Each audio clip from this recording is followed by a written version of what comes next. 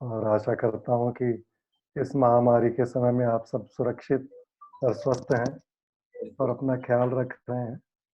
हालाँकि अब बहुत सारी चीज़ें ओपन हो चुकी हैं, स्पेशली बैंगलोर में, लेकिन मेरा आप सबसे निवेदन रहेगा जितना आप अपने आप को बचा पाएँ और सुरक्षित रख पाएँ, उसके हिसाब से आप काम करें, तो बहुत आपके स्वास्थ्य के लिए भी बहुत अच्छा रहेगा। तो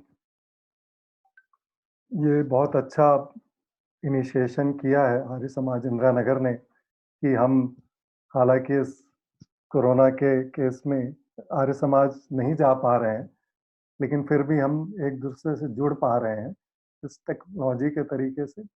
और मैं स्पेशल धन्यवाद करूँगा स्वाति जी का जिन्होंने ये इनिशिएशन लिया और ये चालू किया और मेरे ख़्याल से काफ़ी समय से अब महीने भर से ज़्यादा हो गया है जो ये कार्यक्रम ज़ूम के थ्रू चल रहा है और बहुत सारे लोग लाभ उठा रहे हैं और हम भी जुड़ पा रहे हैं और एक-दूसरे को किसी तरह से कनेक्ट हो पा रहे हैं, कि ये बहुत बड़ा अच्छा प्रयास है और इसको हमें कंटिन्यूअसली इम्प्रूव करना है और यही हमारी मनुष्य की कैपेबिलिटी है कि हम किसी भी मुसीबत में कोई ना कोई उपाय ज़रूर निकाल लेते हैं और ये हमारी बुद्धि का बहुत बड़ा सामर्थ्य है और उस सामर्थ्य को हम कितना बढ़ाते जाएँ और उसको किस तरह से सदुपयोग में लाएँ, यही आर्य समाज का भी बहुत बड़ा अ, लक्ष्य है और इस तरह से हम आर्य समाज से जुड़े हुए हैं, ये बहुत बड़ी बात है। इस महामारी के दौर में भी हम इस टेक्नोलॉजी को सदुपयोग कर पा के हम जुड़ पा रहे हैं। तो मैंने पिछली बार भी आई थिंक मैंने बहुत समय से कुछ विषय चालू किए हुए हैं और जो जिस विषय पे मैं धीरे-धीरे और गहनता से और सूक्ष्म विचार अपने प्रस्तुत कर रहा हूँ, वो अब मन की तरफ चला गया है और मन को जितनी अच्छे से हम समझ पाएँ, शायद हम अपने आप को उतने अच्छे से समझ पाएँगे और जब हम अपने आप को अच्छे से समझ पाएँगे, तो हमारा व्यवहार भी उतना अच्छा होता चला जाएगा। तो उन चीज़ों को हम मैंने विषय में लिया है और इस आज का विषय मैंने ये रखा है कि मन को स्थिर क्यों और कैसे करें? तो ये बहुत सूक्ष्म विषय है और आप लोगों के बहुत सारे विचार या क्वेश्चंस भी होंगे। तो मैं अपनी इस प्रयास में थोड़ा इसको और इम्प्रूवमेंट करना ये चाहूँगा, क्योंकि हम जब आर्य समाज में मिलते थे और इस तरह के प्रवचन करते थे, तो हमें एक मौका ज़रूर मिलता था कि हम एक-दूसरे को देख पाते थे, जान पाते थे और कुछ क्वेश्चंस होते थे तो हम क्लैरिफ़ाई कर पाते थे। तो ये सब चीज़ें थोड़ी लिमिटेशन है इस टेक्नोलॉजी की, लेकिन हम उसको भी ओवरकम कर सकते हैं। तो मैं आप लोगों से रिक्वेस्ट करूँगा कि आपके मन में जो भी क्वेश्चन हो, विचार हो, हमारे पास इस ऐप में चैट की सुविधा है। आप उस पे अपने क्वेश्चन लिख सकते हैं, ताकि इस सेशन को और इस प्रयास को हम और उच्च श्रेणी का बना पाएँ, ताकि हम इसको और इंटरैक्टिव बना पाएँ और आपके कई क्वेश्चंस को क्लैरिफ़ाई कर पाएँ। तो जो भी क्वेश्चंस आपके प्रश्न आपके मन में अगर हैं इस विषय के बारे में, आप यहाँ पे लिखने का प्रयास करें। अगर आप टाइप नहीं कर सकते हैं, अगर आपको लगता है कि समय लगेगा, आप एट लीस्ट ये कह सकते हैं कि मेरा एक प्रश्न है और मैं अंत में उन लोगों को अनम्यूट करके वो अपना प्रश्न पूछ सकते हैं, ताकि इस हमारे सेशन को हम और ज़्यादा इम्प्रूव कर पाएँ। तो ये मेरा एक थोड़ा-सा प्रयास है इसको इम्प्रूव करने का कि हम कैसे इसको और उच्च श्रेणी का बना पाएँ। तो शुरू करने से पहले मैं आप सभी लोगों से आप क्योंकि मैं आप सब लोगों को देख नहीं सकता हूँ और आप घर पे अलग-अलग जगहों पे बैठे होंगे, तो अपनी मनःस्थिति को ठीक रखने के लिए मैं एक बार, 3 बार नहीं, मैं एक बार ओम की ध्वनि का उच्चारण करूँगा और मैं आप सबसे रिक्वेस्ट करूँगा कि आप भी जहाँ भी बैठे हों, सीधे बैठें और अपने लंबी साँस लेके ओम मेरे साथ ओम का उच्चारण करें। ओम।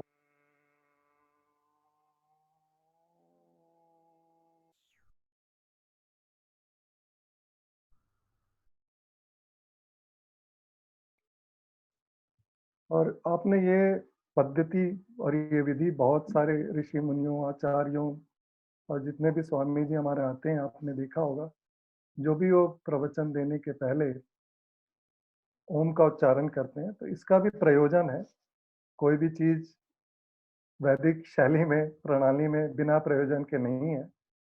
तो इसका प्रयोजन बड़ा सिंपल सा है कि हम जब किसी भी विषय को सुनना चाहते हैं या उसके बारे में जानना चाहते हैं, हम अपने मन को स्थिर कर पाएँ। हम अपने मन की स्थिति को स्थिर कर पाएँ, ताकि हमारी जो सामर्थ्य है, उस विषय को समझने की, हम उसमें अच्छे से ध्यान दे पाएँ और उसको अच्छे से ग्रहण कर पाएँ।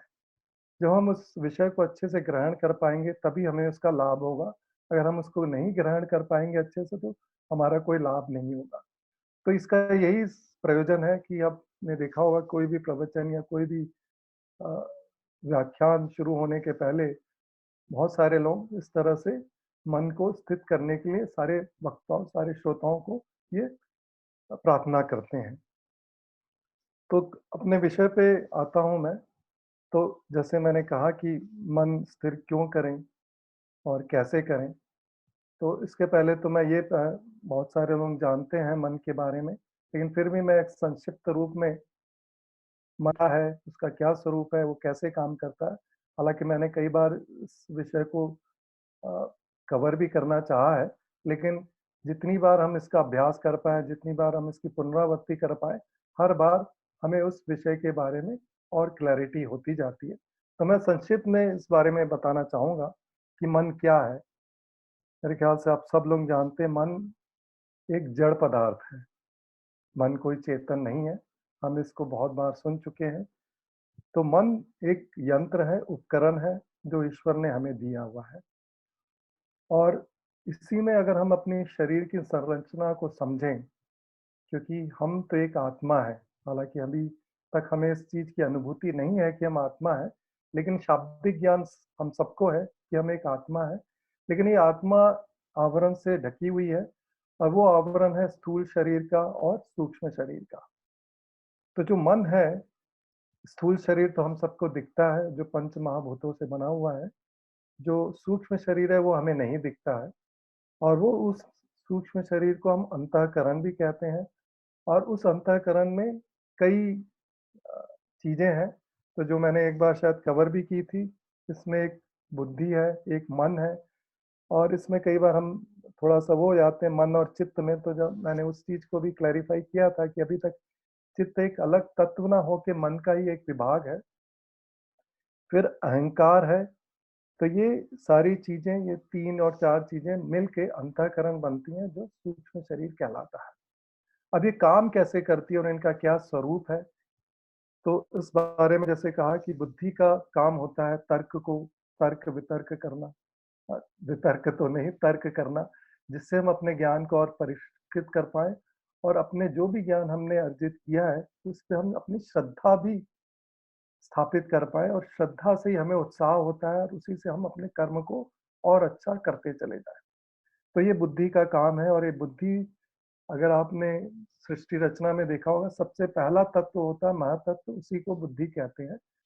तो हमारे ये सारी चीज़ें प्रकृति से बनी हुई हैं और प्रकृति 3 चीज़ों से बनी हुई है, 3 तरह के पदार्थ हैं इसमें।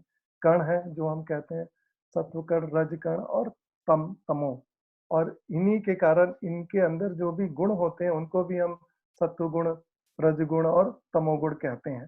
तो जितने भी हमारे ये सारे जो शरीर के अंग हैं, इन 3 कणों से बने हुए हैं, इसलिए हर एक तत्व और हर एक जो यंत्र का अपना-अपना स्वरूप है। तो बुद्धि में सत्वगुण ज़्यादा प्रधान है, तो इसलिए अ, उसमें उसको सबसे ऊपर स्थान दिया गया और सबसे आत्मा के निकट माना गया है।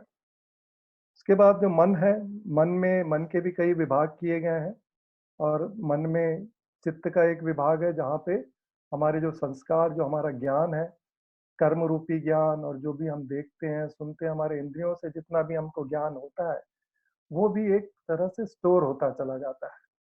तो ये जो संस्कार कहलाते हैं, जो हमारे मन में, हमारे स्मृति के रूप में, हम स्मृति भी एक वृत्ति है हमारे मन की, चित्त की, उस रूप में यहाँ पे रहते हैं और वो हमारे अंदर वो स्मृति को उभार उभार के उन सारे संस्कारों के थ्रू हमें प्रेरणा भी देते हैं और हमें कर्म करने के लिए उकसाते हैं। तो ये चित्त का है। और लेकिन अब इसी मन में और 2 तरह के भी विभाग, 3 तरह के विभाग और वेदों में बताए गए हैं, शास्त्रों में बताए गए हैं। एक है दैव मन, तो क्योंकि हमें पता है कि जो हमारे पास 5 ज्ञानेंद्रियाँ हैं, तो वो किससे अटैच्ड हैं, वो उसका जो मन का विभाग है वो दैव मन है। इसका मतलब जो भी हम देखते हैं, सुनते हैं, स्पर्श करते हैं, सूंघते हैं, सारी चीज़ों का जो ज्ञान होता है, वो ज्ञान जाता है दैव मन में और उसे वो कंट्रोल करता है, तो उसका उस विभाग का नाम दैव मन कहा गया है। तो जब भी हमें कोई भी ज्ञान प्राप्त करना होता है संसार से, तो वो दैव मन उस ज्ञान को प्राप्त करवाता है इंद्रियों के द्वारा। और ऐसा ही एक और विभाग है मन का, जिसे हम यक्ष मन कहते हैं। तो जो हमारी कर्मेंद्रियों जो हमारी 5 कर्मेंद्रियां हैं, उनको नियंत्रित करता है। तो मन को जब भी कोई कर्म कराना होता है, तो वो बस इच्छा कर देता है और इस यक्ष मन को आदेश दे देता है, और ये यक्ष मन हमारी कर्मेंद्रियों के द्वारा इन कर्मों को कराता है। तो ये इसके अलावा एक जो मन है, विभाग है, जो हम में से बहुत लोगों को नहीं पता है।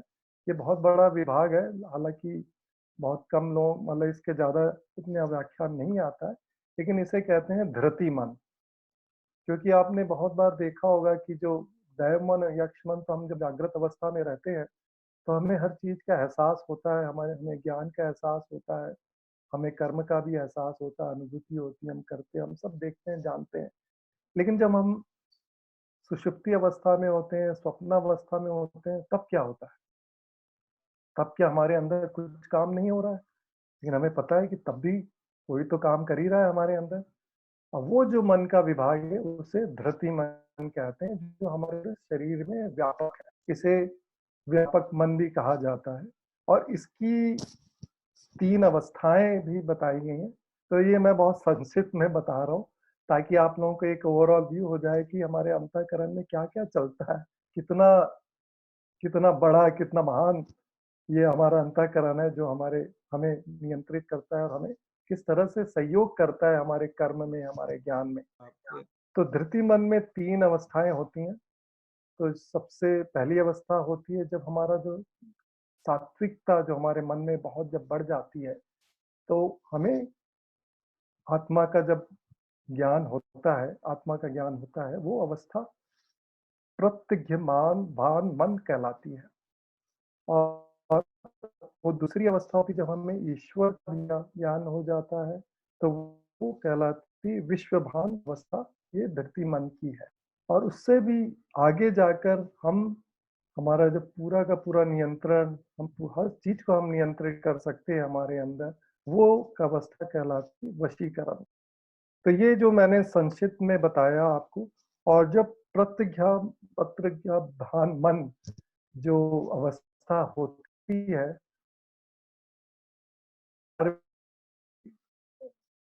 वो अहंकार कुछ ना होके आत्मा का प्रकट होना है, जिसमें हमें एहसास होता है, अनुभूति होती है कि हम हैं।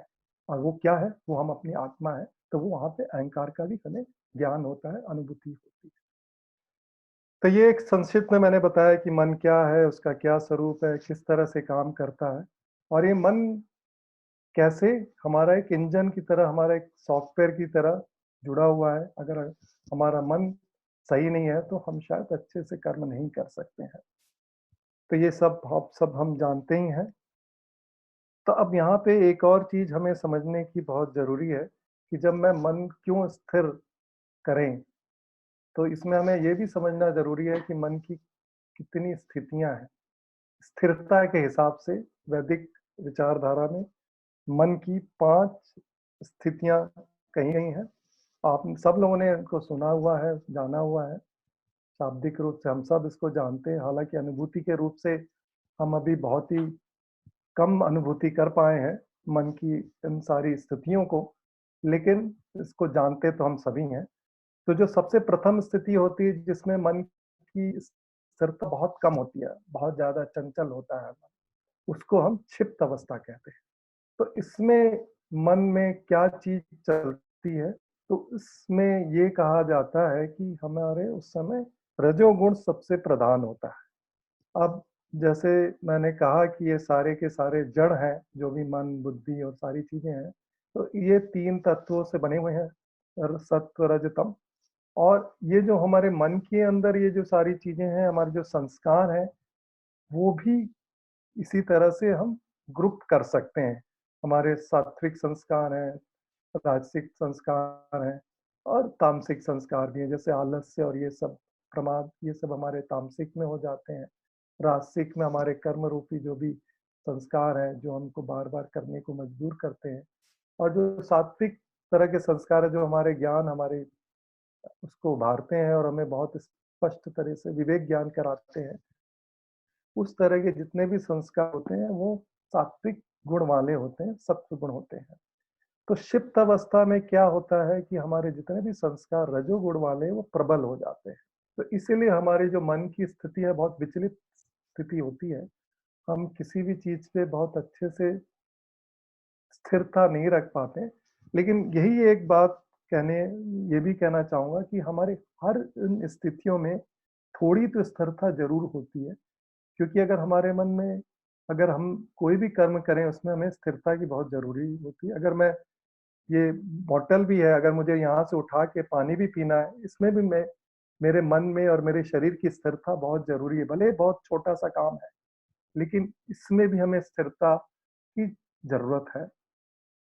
तो ये क्षिप्त अवस्था में इतनी स्थिरता तो होती ही है, लेकिन मन में बहुत विचलन भी रहता है, क्योंकि रजोगुण बहुत प्रधान होता है। रजोगुण को प्रभाव वो करने वाले जो भी संस्कार होते हैं, बहुत प्रबल होते हैं। तो ये हमारी सबसे निचली अवस्था कही जाती है, जिसमें मन की स्थिरता सबसे कम होती है। इसके बाद नेक्स्ट अवस्था जो कही जाती है, मूढ़ अवस्था कही जाती है। हालाँकि ये भी बहुत अच्छी अवस्था नहीं है, लेकिन इसमें हमारी स्थिरता, हमारे मन की स्थिरता क्षिप्त अवस्था से थोड़ी ब बेहतर होती है, क्योंकि इसमें हो जाता है तमोगुण प्रधान हो जाता है। तो तमोगुण बेसिकली आलस्य और उससे होता है, तो लेकिन वो स्थिति देता है, स्थिरता देता है। तो इस कारण थोड़ी-सी स्थिति होती है, लेकिन ये बहुत अज्ञानवश स्थिरता होती है। तो ये अवस्था जो स्थिति है मन की, इसको हम मूढ़ अवस्था कहते हैं मन की।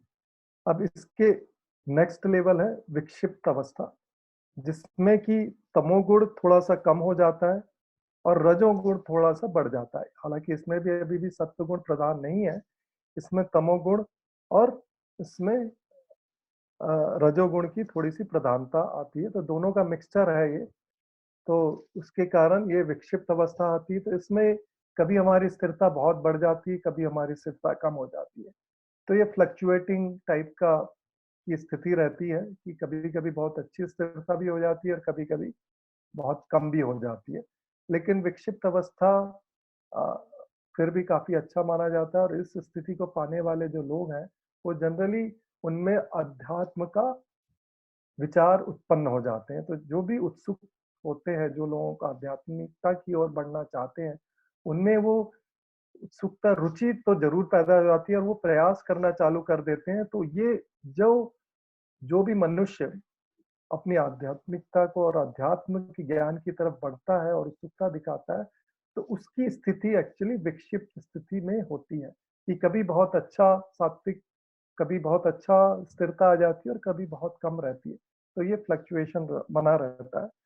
अब इसके नेक्स्ट लेवल जो हमारा मन का होता है, वो एकाग्र स्थिति होती है और एकाग्र स्थिति बहुत ऊँची स्थिति होती है। तो जब पहले की जो 3 स्थितियाँ हैं, इसको योग दर्शन के हिसाब से योग की स्थिति में नहीं गिना जाता है। ये व्युत्थान मतलब कि हमारी जो व्यावहारिक काल हमारा जो है, जो अभी हम कर रहे हैं, उनकी स्थिति मतलब हमारे जितने भी हम मनुष्य हैं, उनकी स्थिति इन तीनों अवस्था में कहीं न कहीं ऊपर-नीचे बदलती रहती है। बट जो एकाग्र अवस्था है, वहाँ से योग दर्शन का असली एरिया चालू होता है, असली जहाँ से सत्व गुण प्रदान होता है और हमारी स्थिरता बहुत ऊँचे स्तर की हो जाती है। तो उसमें और वो जो एकाग्रता है बहुत लंबे समय तक रहती है और उस एकाग्रता से हम बहुत बड़े-बड़े और बहुत मुश्किल-मुश्किल काम भी बहुत आसानी से कर पाते हैं।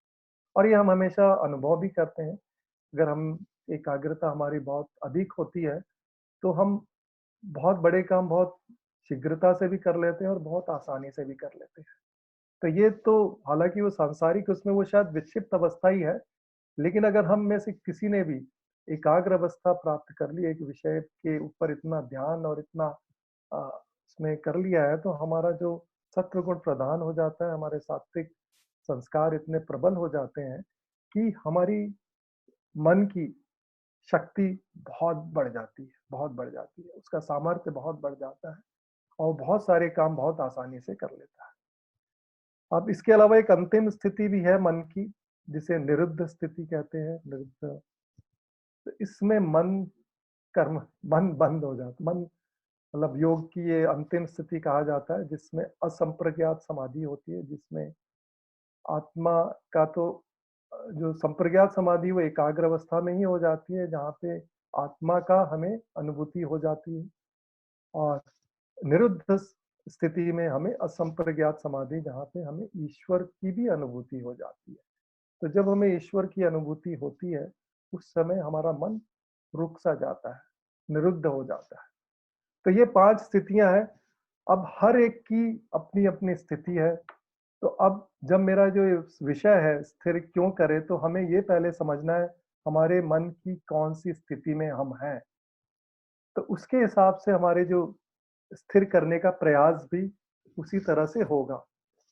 तो हम सारे लोग सांसारिक हैं, गृहस्थ आश्रम में रह रहे हैं, तो हमें हमारी जो स्थिरता है मन की, बहुत निचले स्तर की है, योगियों के लेवल की तो नहीं है, जैसे एकाग्र और निरुद्ध अवस्था तो बहुत ऊपर है।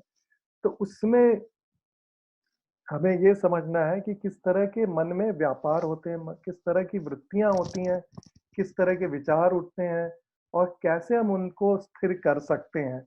तो इसमें मैं ये भी कहना चाहूँगा कि हमें ये भी समझना ज़रूरी है, हमें मन को स्थिर करने से, क्योंकि मैंने ये क्वेश्चन भी किया है कि मन को क्यों स्थिर करें? मन को स्थिर करने से क्या फ़ायदा है और क्या नुकसान है? हमें ये समझना भी बहुत ज़रूरी है। तो जैसे मैंने पहले ही इस चीज़ को अ, बताया है कि मन को स्थिर करने से हमारी जो सामर्थ्य है काम करने की बहुत बढ़ जाती है। तो डेफ़िनेटली हमारा जो नियंत्रण है हमारे ऊपर बहुत बढ़ जाता है। जब हमारा नियंत्रण बढ़ जाता है हमारे मन पे और हम पर, तो हम जो काम करना चाहते हैं, वो हम कर पाते हैं। तो स्वाभाविक सी बात है, जो हम करना चाहते हैं वो हम कर पाते हैं तो हम सुखी होते हैं। क्योंकि हम इसीलिए दुखी होते रहते हैं कि हम वो करना तो चाहते हैं लेकिन कर नहीं पाते। तो जब मन स्थिर होता है और हमारा मन पे और हमारे ऊपर इतना नियंत्रण बढ़ जाता है, तो हम जो चाहते हो हम काम कर पाते हैं, तो हमें बहुत सुख का अनुभव होता है और बहुत शांति हमारे मन में होती है। और इस तरह से स्थिरता से हमारा जो धैर्य है, हमारा जो संयम है, वो भी बढ़ता चला जाता है। हम बहुत सी कठिनाइयों को बहुत आसानी से झेल पाते हैं। जैसे-जैसे हमारा मन की स्थिरता बढ़ती जाती है, जैसे मैंने कहा कि अगर हम विक्षिप्त अवस्था में, एकाग्र अवस्था में, निरुद्ध अवस्था में, तो अगर हम जैसे-जैसे हमारी स्थिति बढ़ती जाती है, हमारा सामर्थ्य बढ़ता जाता है, हमारा धैर्य बढ़ता जाता है, तो हमें दुःख की अनुभूति कम होती चली जाती है और सुख की अनुभूति हमारी बढ़ती चली जाती है। तो इसलिए मन का स्थिर करना ज़रूरी है। तो क्योंकि इसके ये सब फ़ायदे हैं।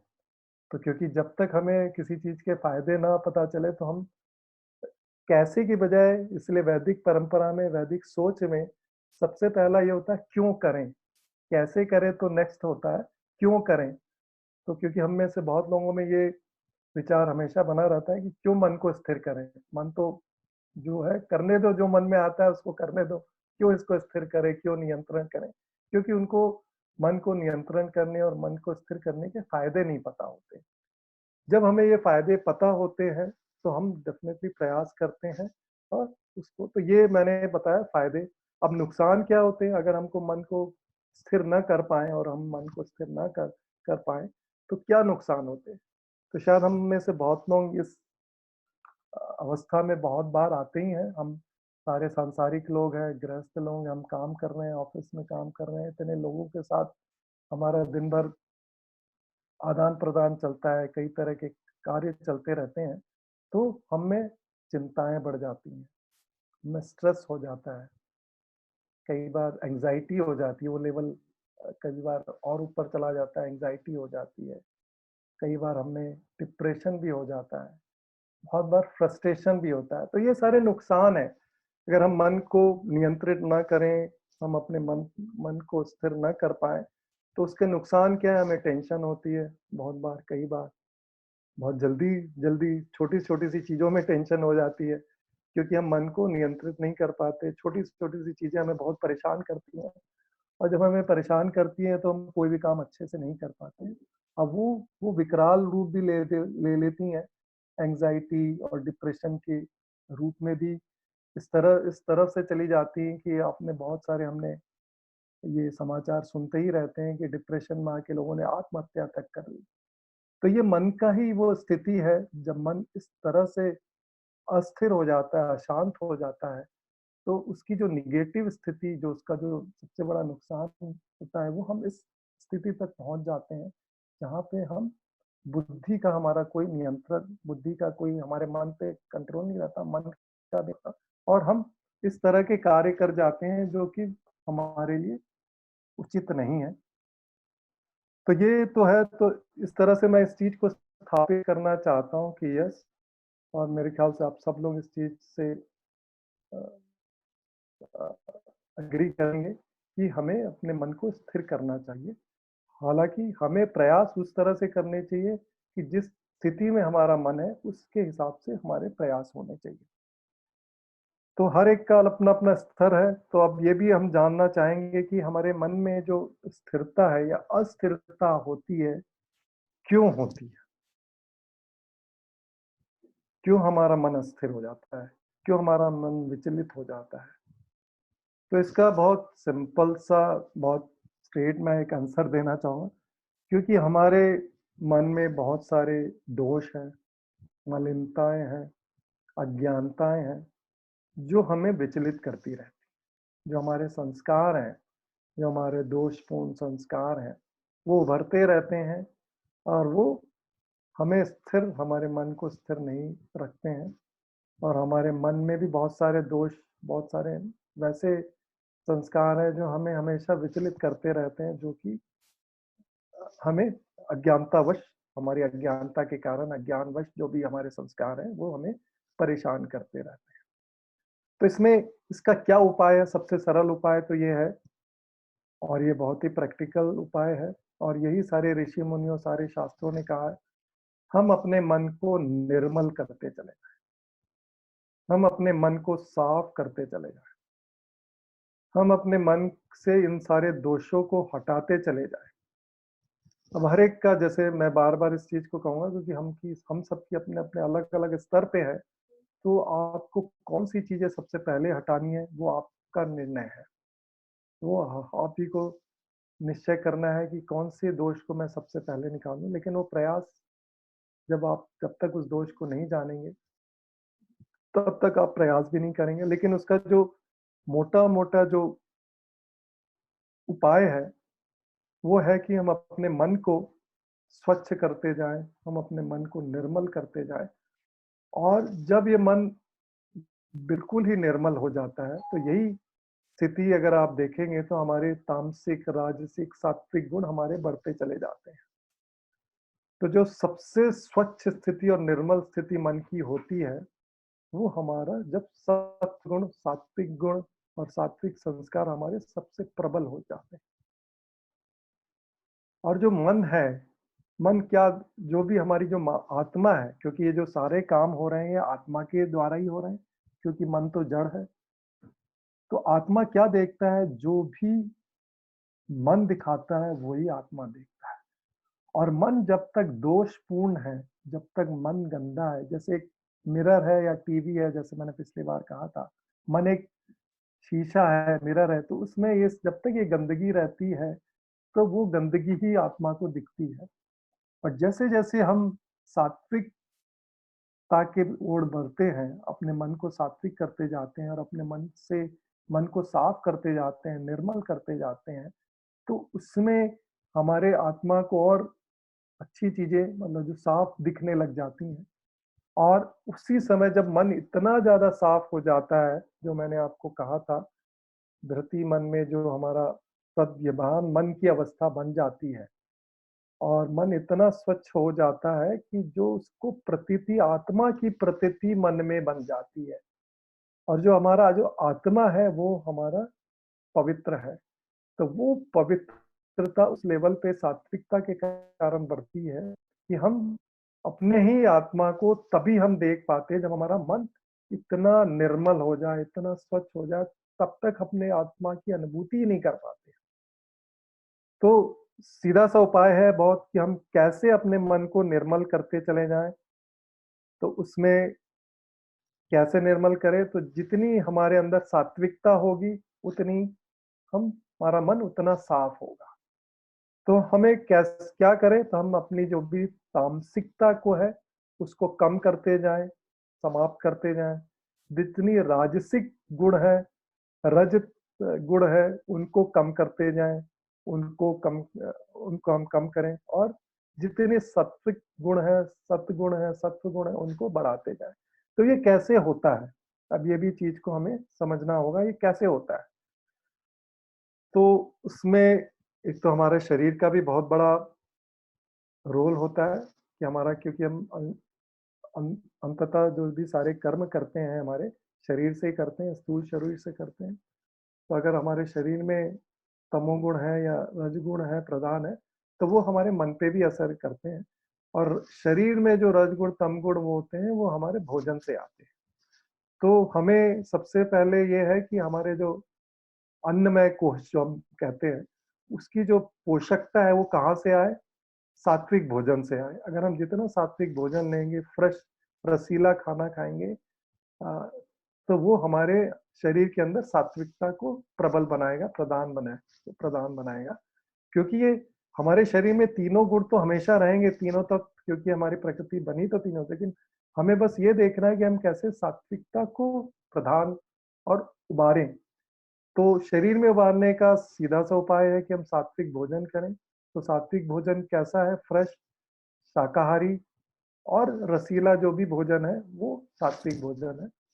जो फ्रेश दे, हर भोजन को हम तुरंत उसी समय बनाएं, खाएं, शाकाहारी खाएं और रसीला रहे, तो वो हमारे सात्विक गुण को प्रबल करता है हमारे शरीर में।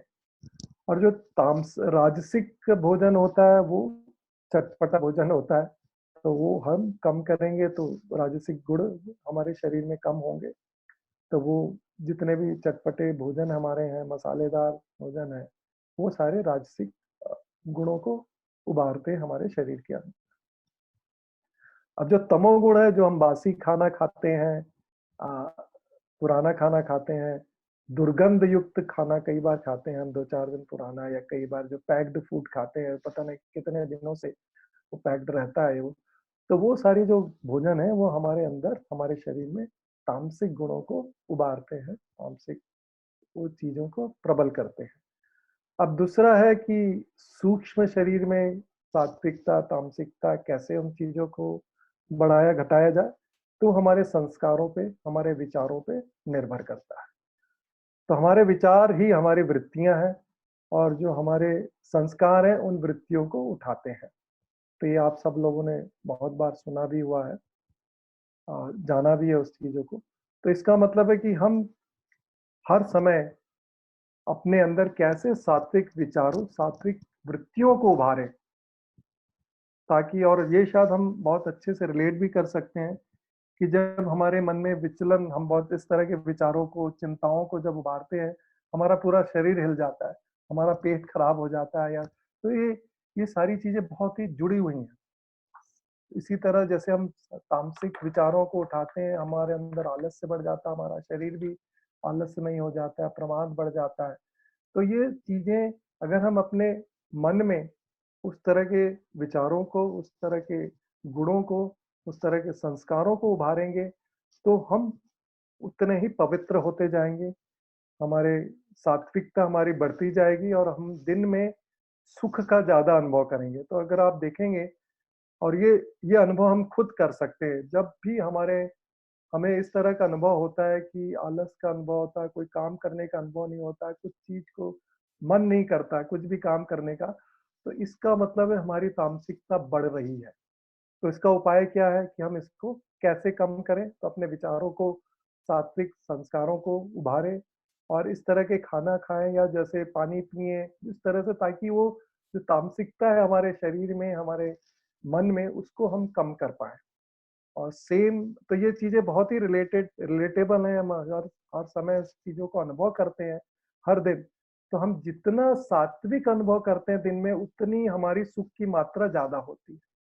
तो और हम मनुष्य जितना सुख को बढ़ाना हम सब बहुत ही सुख को बढ़ाना चाहते हैं, तो हम इतना प्रयास करें कि हम अपने सात्विकता को बढ़ाते जाएँ और इस चीज़ को हम और करें। तब इसमें किस तरह की जो विचलित करती हैं मैं हम हमारे जो हम गृहस्थ लेवल पर हैं, हमारी जो मन की स्थितियाँ किस-किस कारणों से, किस-किस चीज़ों से प्रभावित होती हैं, उस चीज़ को भी मैं थोड़ा-सा यहाँ टच करना चाहूँगा। तो सबसे पहली जो चीज़ें जो हमें प्रभावित करती हैं, हमें विचलित करती हैं, हम गृहस्थ और सांसारिक लोगों को, तो जनरली होती है लोगों के बारे में, कि हमारे जो विचार होते हैं, लोगों से जो संबंध होते हैं, वो सबसे ज़्यादा विचलित करते हैं। चाहे वो पति का पत्नी से संबंध हो, दोस्त का दोस्त से संबंध हो, भाई का भाई से संबंध हो, भाई-बहन का संबंध हो, बाप का बेटे का, सबसे ज़्यादा जो विचलित करने वाली चीज़ें ये सारे संबंध होते हैं। कई बार हम उन संबंधों से ही सबसे ज़्यादा दुखी होते हैं और ये हमारे प्रायोरिटी में शायद सबसे ऊपर होते हैं। जो ये मेरा मानना है, आप में से बहुत लोग इस चीज़ से अलग भी सोच सकते हैं, लेकिन नॉर्मली मैंने जो देखा है कि हम में से बहुत लोग जो लोगों से हम बहुत ज़्यादा प्रभावित होते हैं और उनके कारण हमारे विचार ऊपर-नीचे होते रहते हैं और बहुत विचलित होते रहते हैं कि इसने ऐसा क्यों किया मेरे साथ? या इसने क्यों बोला ऐसा मेरे मुझे ऐसा क्यों बोला? और आप उसी चीज़ को सोच-सोच के परेशान होते रहते हैं और दुखी होते रहते हैं और विचलित होते रहते हैं। तो अब इस ये एक अवस्था है। अब इसका क्या उपाय है कि हम अपने संबंधों को या अपने जो भी इसको जो हमको सबसे ज़्यादा विचलित करते हैं, हम उसको कैसे सुधारें ताकि हमें विचलित ना कर पाएँ?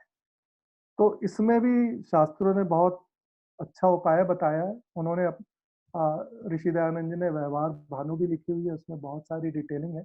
मैं उतनी डिटेलिंग में तो नहीं जाऊँगा, लेकिन मैं बस एक आपको थोड़े से हिंट देना चाहूँगा। तो जो जो ये विषय है कि लोगों के साथ कैसा व्यवहार करें, एक ब्रॉड गाइडलाइन दे दी गई है। इसमें कहा गया है मैत्री, करुणा, मुदिता, उपेक्षा। तो मैं इन चारों शब्दों का आपको और किसके साथ कैसा व्यवहार करें, किस व्यक्ति के साथ कैसा व्यवहार करें, इसके बारे में ऋषि दयानंद ने और वेदों में बहुत अच्छे से इसके बारे में बताया गया है। तो ये कहा गया है कि कैसे लोगों के साथ मैत्री करें और मित्रता का भाव रखें जो सुखी हों, जो हमारे लेवल के हों और सुखी हों, उन लोगों से मित्रता का भाव रखें और उनके साथ हमारा उठना-बैठना रहे और हमेशा मतलब द्वेष का भाव ना हो उनके साथ, हमारे मित्रों के साथ हमारे कोई द्वेष का भाव नहीं होना चाहिए, मित्रता का भाव होना चाहिए। हम हमेशा उनकी उन्नति में भी सुख का अनुभव करें और वो मित्रता का भाव बना रहे। और जो हमसे नीचे है, जो दुखी लोग हैं, उनके प्रति हमारे अंदर क्या भाव होना चाहिए? करुणा का भाव, दयालुता का भाव, कि हम उनको कैसे हेल्प कर पाएँ, कैसे उनको उन स्थितियों से ऊपर उबार पाएँ। तो हमारे अंदर ये भाव होना चाहिए तभी हम उनकी हेल्प भी करेंगे। और जो तीसरा है कि जो हमसे भी ऊपर हैं, हम उनसे तो इसका एक है कि मित्रता तो हमारे सुख जितने भी सुखी लोग हैं और हमारे लेवल के लोग हैं, उनसे हम मित्रता करें। जो हमारे से ऊपर के लोग हैं, जो जैसे ऋषि, मुनि, स्वामी जो भी विद्वान लोग हैं, जो हम हमसे ऊपर लेवल स्तर के हैं, उनसे भी हम बहुत ही प्रसन्न हो उनको देख के। ऐसा ना हो कि हम उनको देख के दुखी हों और जलन या ईर्ष्या करें। उनको देख के हम प्रसन्न हों, तो ये भी एक व्यवहार का गाइडलाइन दी हुई है। और जो हमारे दुश्मन हैं, जो हमारा बुरा चाहते हैं, उनके प्रति क्योंकि सब तरह के लोग हैं, तो ये सारे के सारे लोगों को इस 4 कैटेगरी में डाल दिया, जिनसे हमारा संबंध हमेशा होता है। तो जो जो हमारा बुरा चाहते हैं, जो हम उनको दुश्मनों की श्रेणी में रखते हैं कई बार, उनके साथ क्या व्यवहार करें? तो उनके साथ व्यवहार क्या है, उनकी उपेक्षा करें। लेकिन उपेक्षा में एक्चुअली 2 तरह के अर्थ निकलते हैं, क्योंकि जो व्यावहारिक लेवल पे हम जो उपेक्षा समझते हैं, हम लोगों को जैसे दुत्कारना उपेक्षा बोलते हैं, लेकिन यहाँ पे उपेक्षा का यह मतलब नहीं है। उपेक्षा का यह मतलब कि हम तटस्थ रहें। हम उनके कोई भी कर्म से, कार्य से विचलित ना हों। उनको करने दें जो करते हैं, हम उससे कोई विचलित ना हों, उनकी उपेक्षा करें। ठीक है, हमको गाली देते हैं, हमारे बारे में बुरा कहते हैं, कोई विचलित ना हो, क्योंकि वो हमारा भला चाहते नहीं है, बुरा चाहते हैं तो सुन लें, कोई उससे विचलित ना हो, उपेक्षा करें। उस सेंस में उपेक्षा का मतलब है। इस सेंस में नहीं है कि उनको दुत्कारे, उनका अ, दुत्कार करे, उनको गालियाँ दें, उस तरह से उपेक्षा नहीं है। उपेक्षा का मतलब हम तटस्थ रहें ऐसे लोगों। तो जब हम इस तरह का विचार अपने मन में, अपने अंदर इस तरह का संस्कार रखते हैं, तो हमें जो भी ये संबंधों से जो विचलन होता है, जो हमारा मन विचलित होता है, वो हम उसको बहुत नियंत्रित कर सकते हैं। हमारा अगर ये इस तरह का व्यवहार रहेगा लोगों के साथ, तो हमारे जो मन को विचलित करने वाले जो विचार हैं, बहुत कम अपने आप ही कम हो जाएँगे। और यही चीज़ अगर आप देखेंगे तो ये कहलाती है अहिंसा। तो अहिंसा को अगर हम देखेंगे तो इसका मतलब यही होता है शरीर, वाणी तथा मन से सब काल में समस्त प्राणियों के साथ वैर भाव छोड़कर प्रेम पूर्वक व्यवहार करना। इसका मतलब कि किसी के साथ बैर नहीं रखना। तो इसलिए आपने देखा होगा अपने लोगों के अपने लेवल के लोगों के साथ मित्रता करें, खुश रहें। जो हमसे नीचे हैं उनके साथ दया भाव रखें। तो कहीं भी आप देखें कि आप खिन्न नहीं हो रहे हैं, आप दुखी नहीं हो रहे हैं। दयालुता भी एक अच्छा भाव है। और ऐसे ही आप ऊँचे लोगों को देख के, ऋषि-मुनियों, स्वामियों को देख के, अपने से ऊँचे ऊँचे स्तर के लोगों को देख के प्रसन्न रहें। तो आप देखेंगे फिर भी आप कभी दुखी नहीं होंगे। कोई आपको ऐसे विचार विचलित ही नहीं करेंगे। तो ये अहिंसा का अगर हम पालन करें, अ, ये यम का जो इसमें योग दर्शन में है, तो हम इस तरह के विचलन से बहुत बच सकते हैं। जो नेक्स्ट होता है, जो हम किससे विचलित होते हैं अपने नॉर्मल जो हमारी अ, अ, जो भी हमारे दैनिक दिनचर्या में और भी मन को विचलित करने वाले कई सारे चीज़ें हैं। तो नेक्स्ट जैसे मैंने बोला सबसे ज़्यादा मुझे जो लगा दूसरों के साथ जो संबंध है वो सबसे ज़्यादा विचलित करता है, क्योंकि हम हमेशा परेशान रहते हैं कि उसने ऐसा क्यों बोला, उसने ऐसा क्यों किया, ऐसा क्यों हुआ, वैसा क्यों हुआ? और वो कर के हम पूरा दिन परेशान होते रहते हैं, विचलित होते रहते हैं। नेक्स्ट ये सब शायद सब लोग नहीं करते, लेकिन बहुत सारे लोग जो दूसरा विचलित होते हैं अगर हम झूठ बोलते हैं। झूठ से हर किसी को डर लगता है, लेकिन फिर भी हम बोलते हैं। और जब झूठ बोलते हैं तो हम हमारा मन विचलित रहता है, क्योंकि हमें अब बचना होता है। तो हम हमेशा यही सोचते रहते हैं कि यार मैंने इसको झूठ बोल दिया, अब मैं इससे बचूँ कैसे? तो जब भी हम झूठ बोलते हैं, तो ये विचलित करता है हमारे मन को, और इस कारण हमारा कई चीज़ों में ध्यान नहीं लग पाता। हमेशा हमारा मन जो है, उस तरफ दौड़ता रहता है कि मैं कैसे अपने आप को बचाऊँ, क्योंकि आपको तो पता है कि मैंने झूठ बोला है। तो इसमें भी यम का जो उदाहरण है कि जैसा देखा, सुना, पढ़ा, अनुमान किया, ज्ञान मन में है, वाणी वैसा ही बोले, वैसा ही करे आचरण में, तो वो है सत्य। तो कभी किसी से झूठ ना बोलें, भले वो कितना ही मुश्किल हो, आप देखेंगे कि आपका मन बहुत स्थिर हो जाए। लेकिन अगर आप झूठ बोलेंगे, छोटा-सा भी झूठ आपको हमेशा विचलित करेगा।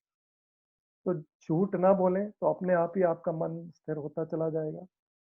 और जो तीसरी चीज़ें बहुत हमें विचलित करती हैं, हमारी इच्छाएँ। बहुत सारी इच्छाएँ होती हैं हमारी। वो क्या होती हैं कि चीज़ों को प्राप्त करने की इच्छाएँ होती हैं। कई बार वो चोरी के स्तर पे भी चली जाती है, और उसके पास ये है, मैं उससे किसी तरह से इस चीज़ को हथिया लूँ, और या उसके पास है तो मेरे पास क्यों नहीं है? और ये सिर्फ़ वस्तुओं के बारे में नहीं, विचारों के बारे में भी हम अनगढ़ंत बहुत सारे विचार अपने मन में लाते रहते हैं, जिनकी कोई ज़रूरत ही नहीं है। और ऐसे विचारों से हम संस्कार, वृत्तियाँ उभारते रहते हैं, और ये संस्कार बनते रहते हैं, और कहाँ पे स्टोर होते हैं? हमारे मन, हमारे चित्त में।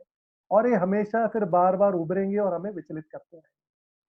तो इनको भी कैसे हमें वो करना है, तो सीधी-सी बात है, इसमें भी यम का नियम पालन होता है, अस्तेय और अपरिग्रह, कि अगर हम जितनी जो ज़रूरत है सिर्फ़ उन्हीं विचारों को अपने अंदर उठाएँ, जो हमारे लक्ष्य या हमारे कार्य को सफल करने के लिए ज़रूरी हैं। फालतू की बहुत सारी इच्छाएँ ना रखें। तो इसलिए शायद मैंने बहुत बार और वेदों में सब जगह रहा है कि बिना लक्ष्य के मनुष्य का जीवन ही नहीं है। जो लक्ष्य होगा तो तभी आपके विचार भी उसी अनुसार होंगे। तो अगर आप लक्ष्य रखेंगे तो आपको शायद अपरिग्रह की मतलब जो जो ज़रूरी विचार है सिर्फ़ वही करेंगे आप और वो उसी से आप सफलता प्राप्त करेंगे। तो ये भी यहीं पे आ जाता है जो दूसरे जो चौथा जो हम सांसारिक लोगों को जिस तरह की जो मैंने रिलेट करना चाहा है अपने योग दर्शन से और वो बहुत प्रैक्टिकल भी लगता है, वो है शारीरिक और बौद्धिक कमज़ोरियाँ भी होती हैं हमारी। कभी हम बीमार पड़ जाते हैं, कभी उससे भी बहुत विचलन होता है, बुखार आ गया या कुछ बीमारी हो गई और मन भी कई बार और जो बुद्धि भी है बड़ी कमज़ोर कई बार होती है, विचलित करती है, क्योंकि हमारे पास इतना ज्ञान नहीं होता। तो उसको भी हम कंट्रोल कैसे कर सकते हैं? ब्रह्मचर्य के। तो अगर मैं देखूँ तो जो भी चीज़ें हमें सांसारिक लेवल पे विचलित करती हैं हमारे मन को, उसका उपाय हम अगर यम नियम में देखें तो हमें पूरा उपाय यहीं पे मिल जाता है, अगर हम उसको पालन करें। और हम में से किसी की स्थिति जैसे अब स्थिति अलग है, अब जैसे ऋषि मुनियों की स्थिति है उसमें भी योग दर्शन ने बड़ा स्पष्ट उपाय दिया हुआ है। अगर जिसकी स्थिति बहुत ऊँची है, उसके लिए उपाय है अभ्यास और वैराग्य और जिसकी थोड़ी मध्यम स्थिति है, तो उसके लिए उपाय है तप, स्वाध्याय, ईश्वर प्राणिधान। तो मैं उनमें नहीं जाऊँगा, मैं तो ये बता रहा हूँ कि जो उपाय की जो है किस तरह से हम अपने मन को स्थिर करें, उसके सारे जो उपाय हैं, हर हम किस लेवल पे है हमारा मन की स्थिति, जैसे मैंने बताया क्षिप्त, मूढ़, विक्षिप्त, एकाग्र, हमें ही अपने आप को जज करनी है और उसके हिसाब से हमें उपाय करने हैं। क्या चीज़ें हमें विचलित कर रही हैं? तो जैसे सांसारिक लोगों की मुझे जहाँ तक एक खुद का अपना जो सामान्य ज्ञान के आधार पे मैं कह रहा हूँ कि शायद हम में से बहुत लोगों की स्थिति निम्न स्तर की है। तो इसमें यम नियम का अगर हम पालन करें, तो हम अपने बहुत सारे जो विचार या जो मन को विचलित करते हैं, उनको हम नियंत्रण कर सकते हैं और उन्हीं से हम आगे बढ़ते-बढ़ते योग के सारे स्तर को प्राप्त कर सकते हैं, आसन, प्राणायाम, प्रत्याहार, धारणा और वो धीरे-धीरे हम ऊँचे स्तर को प्राप्त कर सकते हैं, जहाँ पे हम समाधि जो कि सबसे ऊँची स्थिति है, उसको भी प्राप्त कर सकते हैं। तो ये मेरा कहने का था और इसमें एक चीज़ मेरे ख्याल से मैंने बहुत सारी चीज़ें कवर कर ली हैं। अब मैंने शायद लेकिन किसी का मैंने कोई प्रश्न नहीं देखा, तो मुझे पता नहीं लोगों को समझ में अभी आया या मैंने जितना भी ये सदुपयोग हुआ कि नहीं हुआ। तो ठीक है, मेरे ख्याल से ये भी हमारी एक संस्कारों की है कि हम शायद प्रश्न पूछने में बड़ा झिझकते हैं। तो ये भी हमारे अंदर एक संस्कार है, बहुत हमारी संस्कृति के कारण हमारे तो यही संस्कार ही संस्कृति बन जाते हैं और ये हमारी संस्कृति बनी हुई कि हम क्वेश्चन नहीं करते हैं ज़्यादा। तो जिसके कारण हमारा जो स्वाध्याय और हमारा जो चिंतन भी थोड़ा निचले स्तर का ही रह जाता है। तो ठीक है, मैं इस चीज़ को आपके ऊपर छोड़ता हूँ, अगर आप में से किसी का भी कोई क्वेश्चन है कोई प्रश्न है तो मैं ज़रूर चाहूँगा कि आप यहाँ पे नहीं लिख पाते हैं, अगर आप अनम्यूट करके पूछना चाहते हैं तो 1-2 मेरे ख्याल से समय है, 1 क्वेश्चन का इससे ज़्यादा नहीं मैं समय देख रहा हूँ। तो अगर किसी के पास कोई क्वेश्चन है तो पूछ सकता है, नहीं तो बहुत सारे लोगों का पास मेरा नंबर भी होगा और मेरे ख्याल से वहाँ पे भी व्हाट्सएप ग्रुप में भी है। तो अगर कोई क्वेश्चन लगता है जिसका मैं उत्तर दे पाऊँ, मैं ज़रूर कोशिश करूँगा। आप अलग से भी मुझसे अ, मिल सकते हैं। तो मेरे ख्याल से किसी का और उत्तर नहीं तो मैं अब ये समाप्त करना चाहूँगा क्योंकि किसी ने ना यस किया है, ना किसी ने क्वेश्चन पूछा है, तो मैं इस चीज़ को यहीं पे समाप्त कर रहा हूँ। और मेरे ख्याल से जस्ट अंतिम में वो स्वाति जी का एक क्वेश्चन चल रहा था, मेरे ख्याल से उसका उत्तर उस व्हाट्सएप में कन्वर्सेशन में हो गया था। अगर स्वाति जी यहाँ पर हैं, तो अगर उसके आगे कोई क्वेश्चन है स्वाति जी तो आप पूछ सकती हैं। मेरा जितना ज्ञान है मैं ज़रूर उसको क्लैरिफ़ाई करना चाहूँगा अगर स्वाति जी यहाँ पर हैं। या आपका वो आंसर आपको उस प्रश्न का आंसर क्लियरली मिल गया है तो ठीक है। स्वाति जी, आप पूछना चाहेंगे अगर हैं आप वहाँ तो मुझे तो नहीं ठीक है। चलिए फिर मैं यहाँ पे समाप्त करता हूँ। सबको सादर नमस्ते। अंतिम बार फिर मैं समाप्ति के समय आप सभी से प्रार्थना करूँगा कि स्थिति एक सीधा बैठें और एक लास्ट ओम का हम ओमकार करेंगे। ओम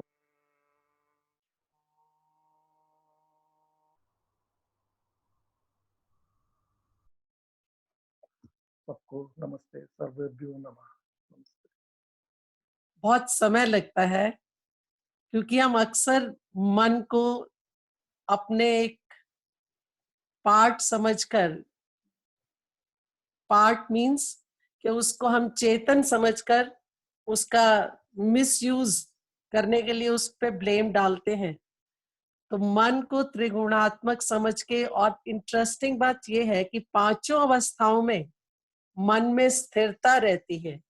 ये भी भगवान की दी हुई एक कुदरत है कि हम कहते हैं मन चंचल है, पर मन का एक गुण है स्थिरता। तो हम उस स्थिरता को बनाए रख सकते हैं। और इन्हीं शब्दों के साथ, क्योंकि आपने बहुत अच्छे से बताया है, और आगे भी मैं चाहूंगी कि इसी विषय को लेकर आप और डिटेल्स में जाएं, बजाय कि और आगे उस दूसरी तरफ कहीं बढ़े, क्योंकि ये बहुत समझाने और समझने का विषय है। तो इसी पर हम बात करेंगे जब आप अगली बार आपको समय मिलता है तो। और सबका भी बहुत बहुत धन्यवाद। उम्मीद करती हूँ सब लाभ उठा रहे होंगे। और एक प्रार्थना मैं सबसे करना चाहूंगी